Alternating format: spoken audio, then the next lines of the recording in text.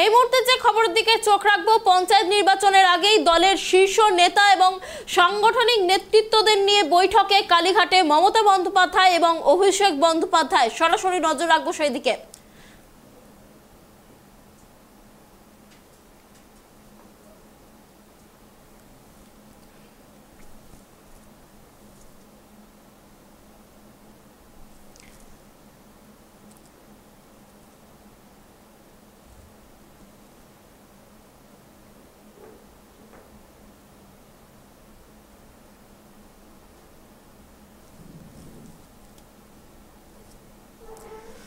শুক্রবার দলের শীর্ষ সাংগঠনিক নেতাদের নিয়ে বৈঠকে তৃণমূল সুপ্রিমো মমতা বন্দ্যোপাধ্যায় এবং অভিষেক বন্দ্যোপাধ্যায়। কালীঘাটের আজকের এই বৈঠকে কি বার্তা দেবেন তৃণমূল নেত্রী, সেই নিয়েই শুরু হয়েছে জল্পনা। এদিকে শুক্রবারই রাজ্যে এসেছেন সমাজবাদী পার্টির সুপ্রিমো অখিলেশ যাদব, তার সঙ্গেও বিকেল 5টায় বৈঠক রয়েছে মমতা বন্দ্যোপাধ্যায়ের। কিন্তু তার আগে আজ কালীঘাটে টিএমসির যে বৈঠক রয়েছে সেই বৈঠকের দিকে নজর রয়েছে রাজনৈতিক মহলের।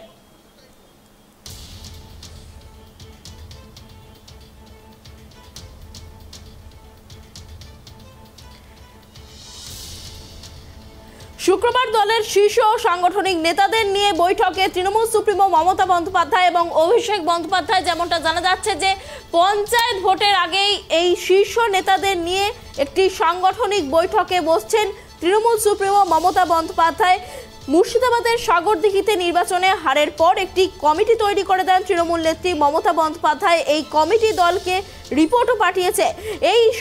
এইসব বিষয় নিয়েই কিন্তু আজকের যে বৈঠক তৃণমূলের, সেখানে আলোচনা করা হবে বলে মনে করা হচ্ছে এবং পঞ্চায়েত নির্বাচনের আগে দলের স্ট্র্যাটেজি এবং বিভিন্ন গুরুত্বপূর্ণ সিদ্ধান্ত নেওয়া হতে পারে এই বৈঠকে, এমনটাই কিন্তু জানা যাচ্ছে। আমাদের নজর রয়েছে সেই দিকে। কালীঘাটে মমতা বন্দ্যোপাধ্যায়ের বাড়িতে তৃণমূলের সাংগঠনিক বৈঠক। এই মুহূর্তে আমাদের সঙ্গে রয়েছে আমাদের প্রতিনিধি দেবযানী কালীঘাট থেকে। দেবযানী, শোনা যাচ্ছে? দেবযানী, আজকে একটি গুরুত্বপূর্ণ বৈঠক রয়েছে মমতা বন্দ্যোপাধ্যায়ের দলের শীর্ষ নেতৃত্বদের সঙ্গে। এই বৈঠকে কি নিয়ে আলোচনা হতে পারে বলে মনে করছো?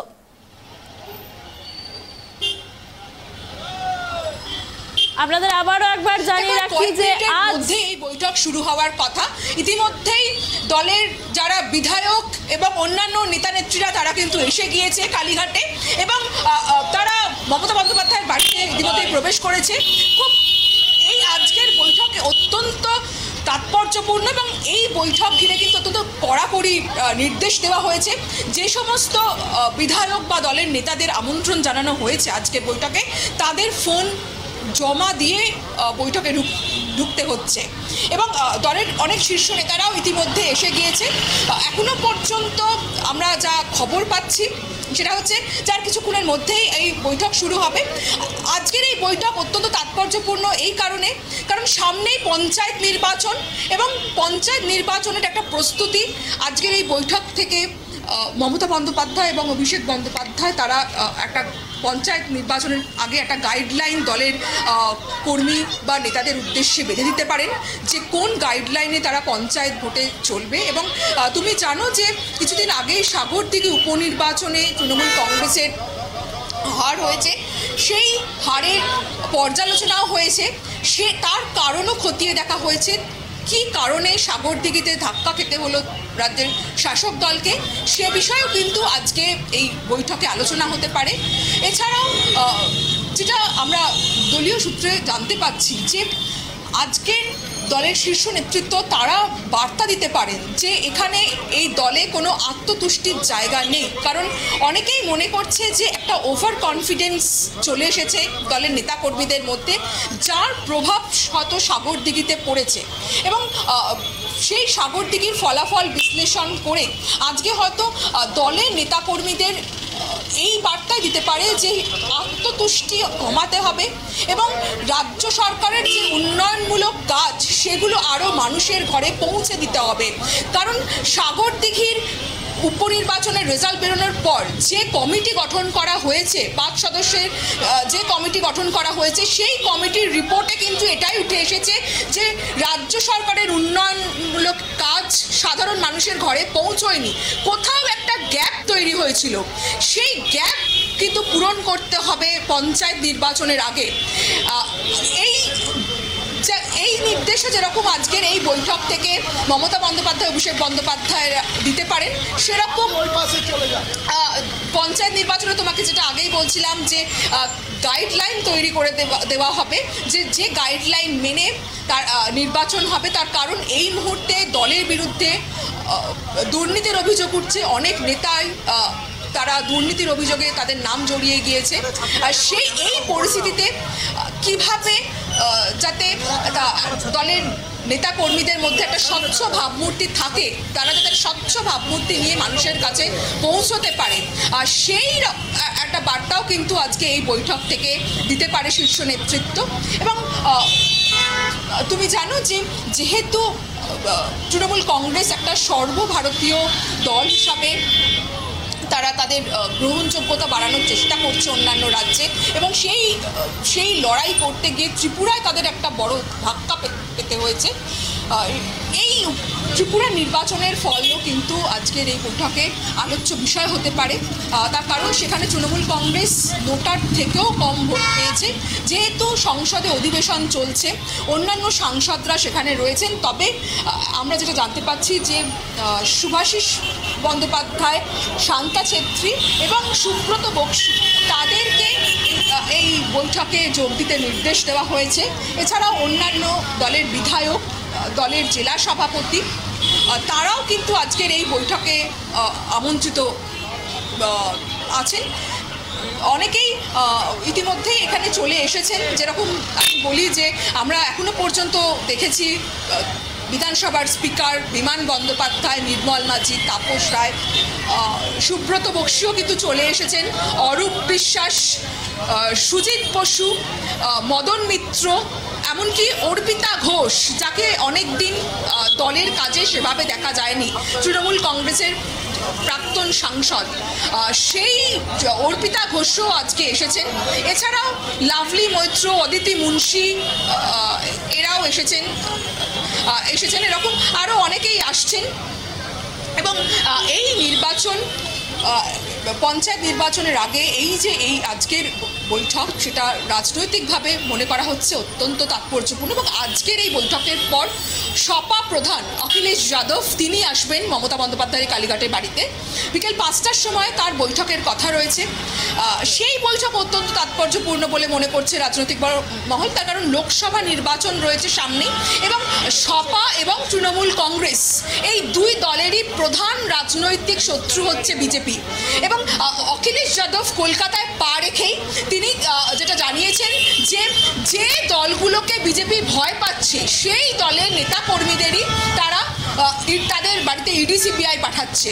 তৃণমূল কংগ্রেসের নেতাদের বাড়িতেও যেরকম ইডি সিবিআই পাঠাচ্ছে, সেরকম সমাজবাদী পার্টির অনেক নেতা কিন্তু আজকে এই জেলে রয়েছে, জেলবন্দি রয়েছে, তিনিও কিন্তু কলকাতায় নেমেই বিজেপির বিরুদ্ধে সুর চড়িয়েছেন। তো আজকে মমতা বন্দ্যোপাধ্যায়ের সঙ্গে তার এই বৈঠক অত্যন্ত গুরুত্বপূর্ণ। এবং আমরা যেটা জানতে পেরেছি যে অখিলেশ যাদবের সঙ্গে বৈঠকের পর মুখ্যমন্ত্রী আগামী সপ্তাহে উড়িষ্যা যাচ্ছেন, সেখানে তার নবীন পট্টনায়কের সঙ্গে বৈঠক রয়েছে। তৃতীয় মোর্চার একটা সম্ভাবনা, সেই সম্ভাবনাও কিন্তু আরও বেশি প্রবল হচ্ছে। তবে তার আগে এই যে বৈঠক, কালীঘাটের এই বৈঠক মমতা বন্দ্যোপাধ্যায় এবং অভিষেক বন্দ্যোপাধ্যায়রা সেরে ফেলবেন।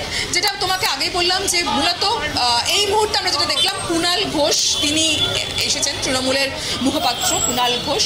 শশী পাজা তিনি এসেছেন, রাজ্যের গুরুত্বপূর্ণ মন্ত্রী, সেই শশী পাজা তিনিও এসেছেন।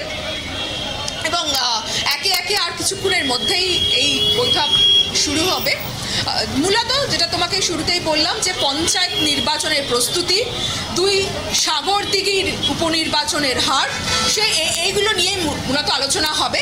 এবং আজকে যেটা আরও আলোচ্য বিষয়ের একটা অন্যতম বিষয়, সেটা হচ্ছে যে সংখ্যালঘুদের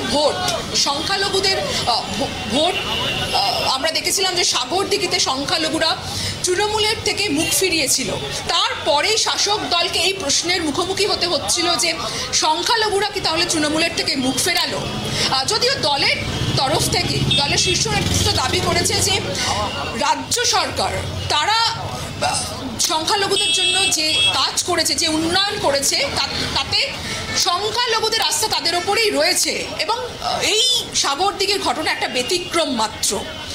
তাই এই সংখ্যালঘুদের মন যাতে শাসক দলের প্রতি মানে তাদের আস্থা থাকে এবং কি কারণে এই সাগরদিঘিতে এই ভরাডুবি হলো, আজকের এই বৈঠকে এই গোটা বিষয়টাই কিন্তু বিষয়টা নিয়ে আলোচনা করা হবে। তবে আমাদের আরও কয়েক ঘন্টা অপেক্ষা করতে হবে, দেখার বিষয় আছে যে এই পরিস্থিতিতে একদিকে পঞ্চায়েত নির্বাচনের প্রস্তুতি, দুই যে দুর্নীতিতে বিভিন্ন অভিযোগে শাসক দলের জড়িয়ে যাওয়ার অভিযোগ এবং সাগরদিঘির উপনির্বাচনের ভরাডুবি, এই তিনটে বিষয় নিয়ে বৈঠকে আলোচনা করার পর মুখ্যমন্ত্রী, দলের সুপ্রিমো মমতা বন্দ্যোপাধ্যায় এবং অভিষেক বন্দ্যোপাধ্যায় তারা তাদের দলের নেতাকর্মীদের কী বার্তা দেন, এখন কিন্তু সেদিকেই তাকিয়ে রয়েছে রাজনৈতিক মহল।